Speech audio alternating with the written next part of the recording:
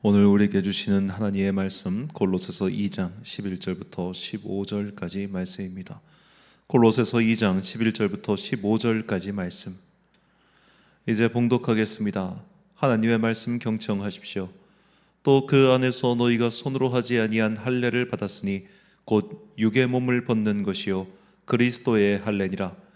너희가 세례로 그리스도와 함께 장사되고 또 죽은 자들 가운데서 그를 일으키신 하나님의 역사를 믿음으로 말미암아 그 안에서 함께 일으키심을 받았느니라. 또 범죄와 육체의 무할례로 죽었던 너희를 하나님이 그와 함께 살리시고 우리의 모든 죄를 사하시고 우리를 거스르고 불리하게 하는 법조문으로 쓴 증서를 지우시고 제하여 버리사 십자가에 못 박으시고 통치자들과 권세들을 무력화하여 드러내어 구경거리로 삼으시고 십자가로 그들을 이기셨느니라. 아멘. 십자가의 승리 방법이라는 제목으로 하나님의 말씀 선포하겠습니다. 예전에 방영했던 이 피지컬 100이라고 하는 넷플릭스 예능 프로그램이 있습니다.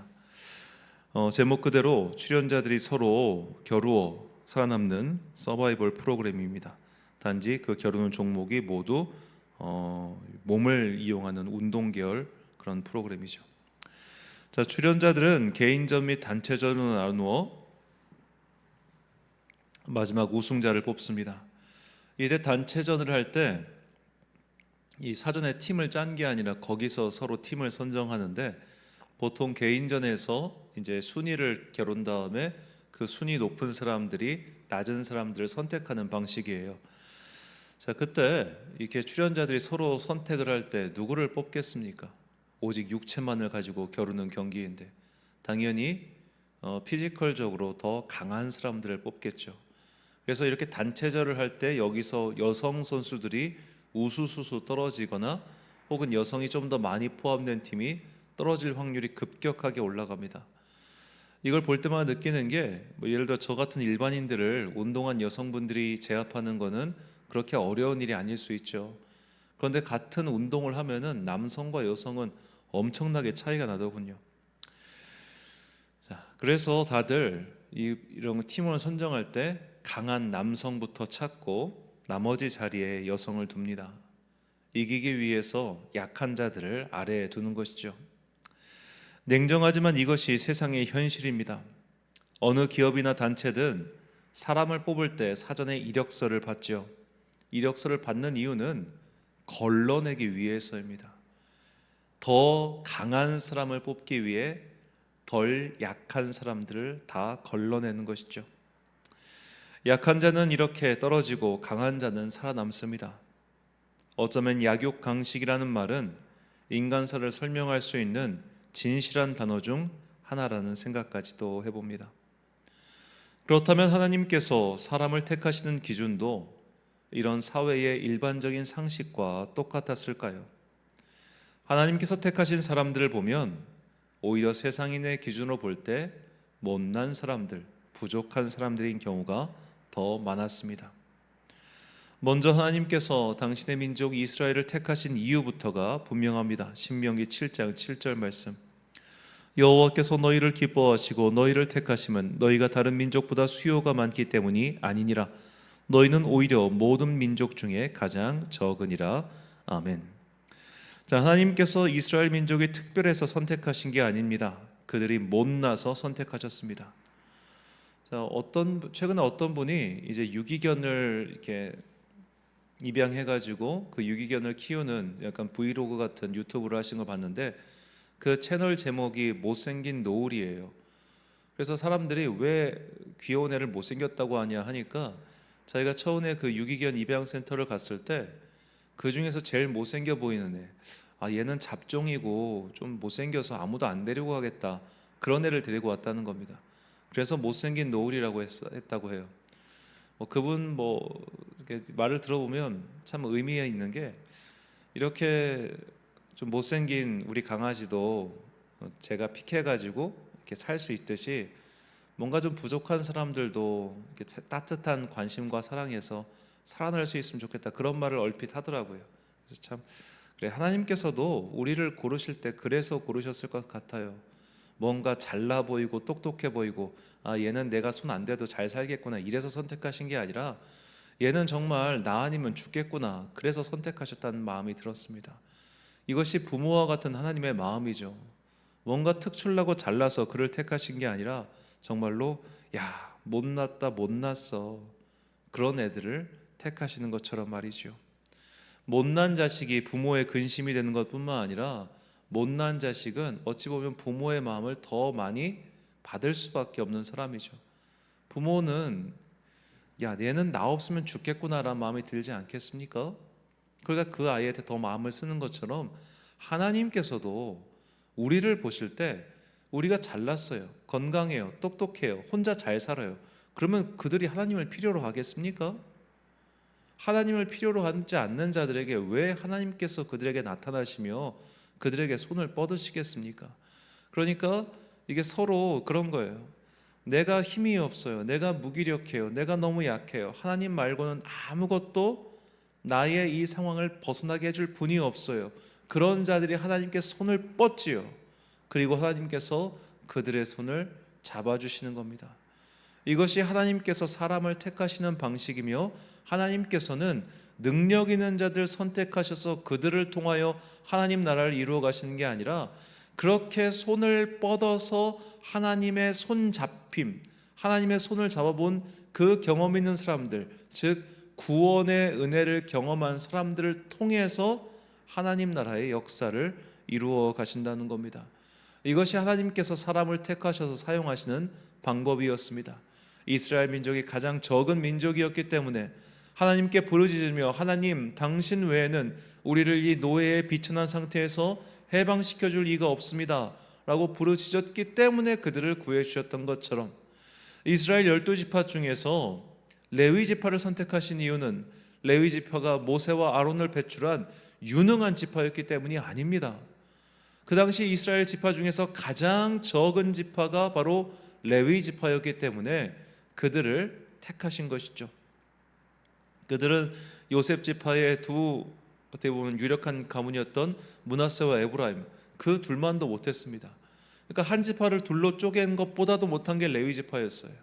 가장 적었기 때문에 물론 그들이 어떤 하나님에 대한 열정이 있었던 것도 사실이지만 원래부터 하나님께서 그들을 택하신 이유는 그들이 가장 적은 지파였기 때문인 겁니다. 하나님께서 택하신 사람들의 면면을 살펴봐도 그렇습니다. 기드온을 보십시오.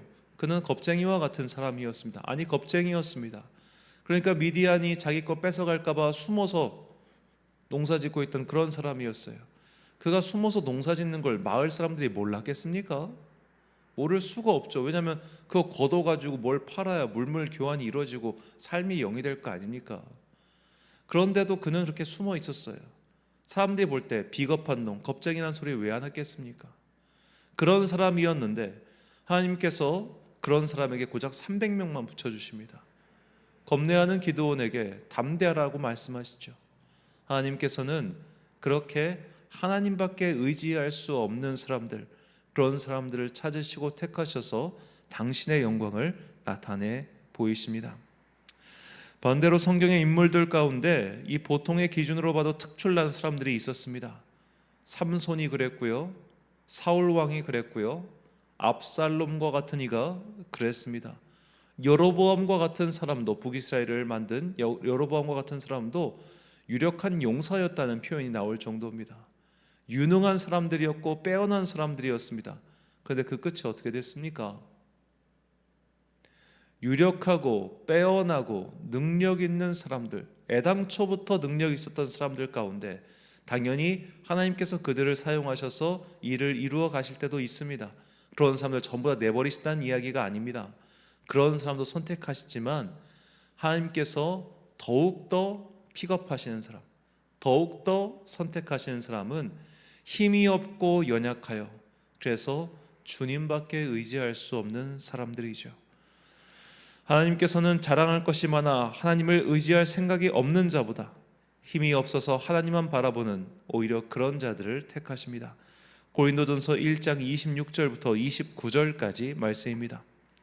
형제들아 너희를 부르심을 보라. 육체를 따라 지혜로운 자가 많지 아니하며 능한 자가 많지 아니하며 문벌 좋은 자가 많지 아니하도다. 그러나 하나님께서 세상에 미련한 것들을 택하사 지혜 있는 자들을 부끄럽게 하려 하시고 세상에 약한 것들을 택하사 강한 것들을 부끄럽게 하려 하시며 하나님께서 세상에 천한 것들과 멸시받는 것들과 없는 것들을 택하사 있는 것들을 패하려 하시나니 이는 아무 육체도 하나님 앞에서 자랑하지 못하게 하려 하심이라. 아멘. 하나님께서는 약한 사람, 능하지 못한 사람, 약하고 천하고 멸시받고 없는 사람들, 그런 사람들을 택하셔서 있는 자들을 이기게 해주십니다. 이것이 하나님의 승리 방정식이며 이것이 십자가의 승리 방법입니다. 자, 오늘 본문 말씀에 하나님께서는 십자가로 이기셨다는 표현이 등장합니다. 본문 14절과 15절 말씀. 우리를 거스르고 불리하게 하는 법조문으로 쓴 증서를 지우시고 제하여 버리사 십자가에 못 박으시고 통치자들과 권세자들을 무력화하여 드러내어 구경거리로 삼으시고 십자가로 그들을 이기셨느니라. 아멘.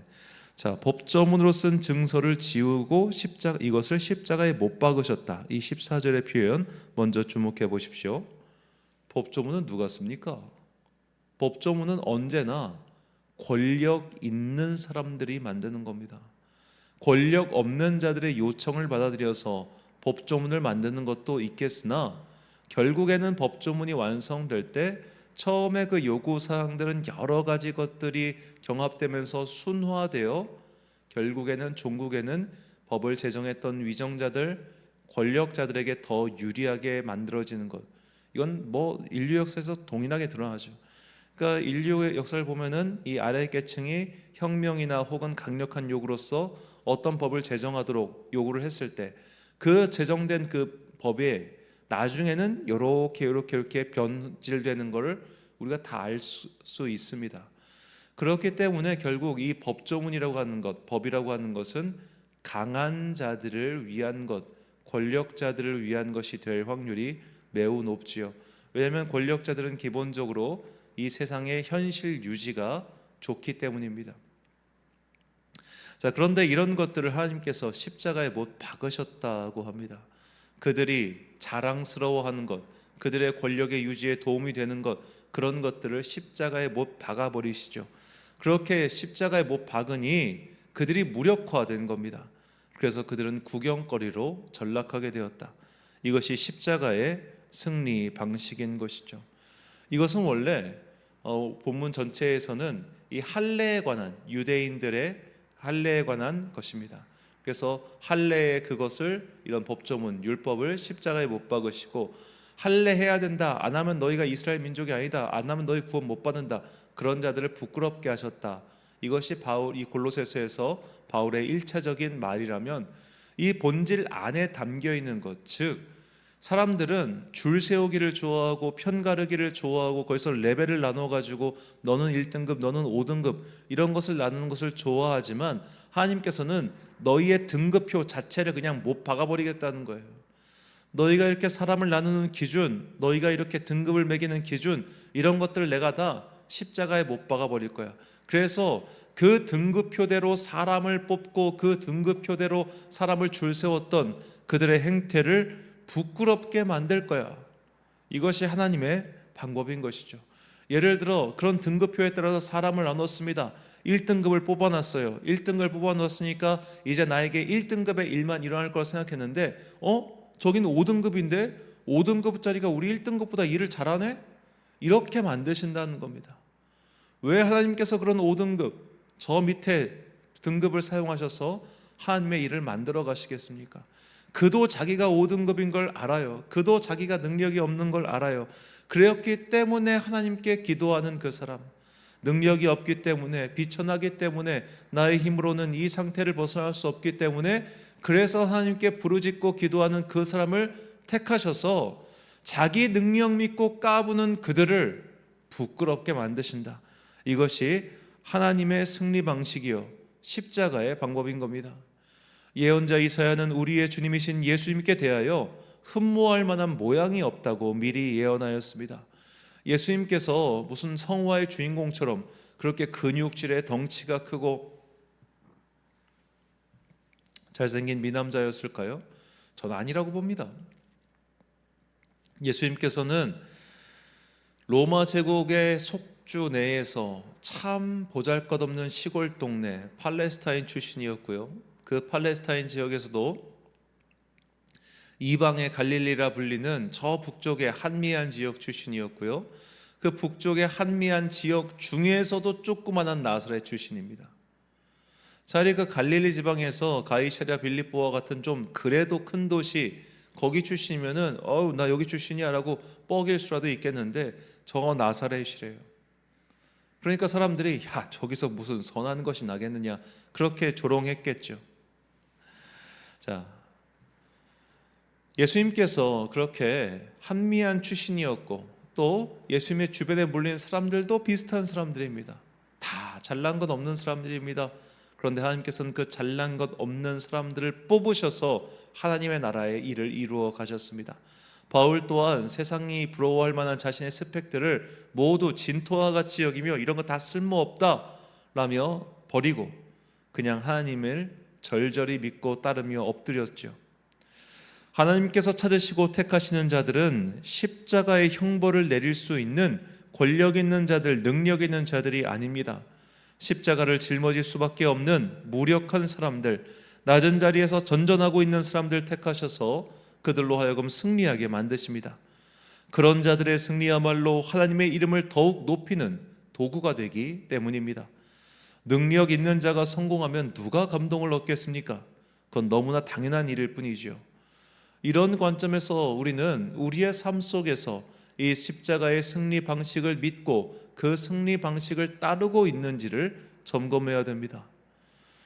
우리가 굳이 교회 비판을 할 필요는 없겠습니다만 안타까운 마음으로 우리가 이런 것들을 좀 바라보며 기도했으면 좋겠어요. 특히 성도님들 기억하십시오. 왜 이렇게 스펙 있는 사람들을 좋아합니까? 스펙 있는 사람들 참 좋아합니다. 담임 목사 뽑을 때 혹은 장로 선출할 때 이 사람들의 심성이 고스란히 드러나요.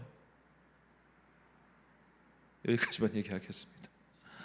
세상 사람들은 말하죠. 그럼 뭘 어떡하라는 거냐? 능력 있는 자를 뽑아야 공동체가 돌아가지. 능력 있는 자를 뽑아야 이게 우리가 존속할 수 있지. 능력 있는 자를 뽑아야 우리가 수익을 얻고 이 세상에서 살아남을 수 있지. 안 그러면 우리가 죽어. 그렇게 말하지요. 그러나 하나님께서는 오늘도 우리에게 이 십자가의 승리를 말씀하십니다. 나를 전적으로 의지하는 사람, 오직 하나님만을 바라볼 수밖에 없는 그 미약한 사람들, 그런 사람들 통해서 내가 너희에게 승리를 보여줄 거야 라고 말이죠. 그러니 사랑하는 성도 여러분, 힘이 없다면, 능력이 부족하다면 후히 주시고 꾸짖지 아니하신 하나님께 구하십시오. 그분께 한번 진실로 절절히 매달려 보십시오. 하나님께서는 그런 우리를 통하여 정말로 사람들이 다 손가락질하고 쟤 망했대, 쟤 아무래도 재기 못해, 그렇게 손가락질하고 조롱할 때 하나님을 붙잡고 일어나는 사람들을 통하여 그들에게 믿음의 증거를 보여주십니다.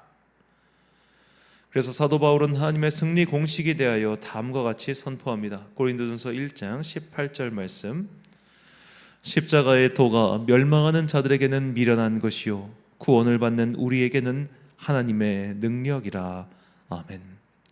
사랑하는 천안광성교회 성도 여러분, 그리고 이 고난주간 특별 새벽기도에 함께하고 계신 귀한 주님의 자녀 여러분, 오늘은 성금요일입니다.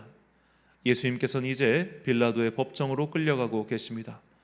졸속 재판이 이어지고 십자가를 지고 골고다로 올라가십니다. 그것은 세상의 기준으로 볼 때 완전한 실패였습니다. 하지만 하나님께서는 그 철저한 조롱과 실패의 십자가를 승리의 영광, 부활의 십자가로 바꾸셨습니다.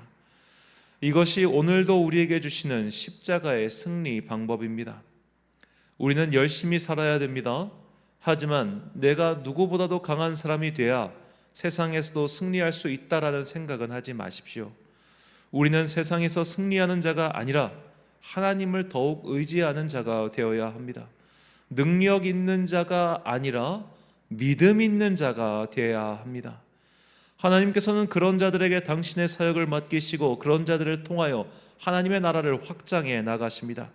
그리고 내 능력이 아니라 하나님께서 이 일을 행하셨다라고 고백하는 자들을 어여삐 여기시고 그들에게 승리의 면류관을 주시죠.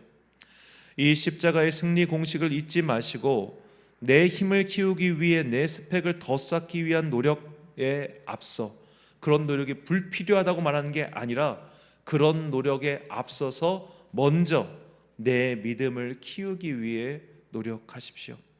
하나님께서는 그런 믿음이 있는 사람들, 하나님을 의지하는 사람들, 그런 자들을 택하사 자신의 능력만 믿고 까부는 이들을 부끄럽게 하십니다. 특별 새벽기도의 마지막 날입니다. 우리는 십자가의 증인이며 십자가의 곁에 서 있는 자들이며 또한 우리의 십자가를 지고 주님을 따르는 자들입니다. 이 십자가 안에 담겨있는 주님의 진리를 잊지 마시고 삶의 끝까지 이 길을, 자신의 십자가를 지고 예수를 따라가는 그런 여러분과 제가 되시길 주의 이름으로 축원합니다. 기도하겠습니다. 사랑과 풍성하신 아버지 하나님, 5일간의 고난주간 특별 새벽 기도회를 통하여 우리에게 십자가의 의미를 깨닫게 해주시니 감사합니다. 하나님께서는 이 십자가로 강한 자들을 부끄럽게 하십니다. 이 십자가로 이 십자가형을 만든 권세자들과 집권자들을 부끄럽게 하십니다. 그들은 언제나 자신의 이권이 강화되는 쪽으로, 자신의 권력이 강화되는 쪽으로 행동하지만 주님께서는 그런 모든 것들을 약한 자들을 통하여 전복시키시다 그들을 부끄럽게 만드셨습니다.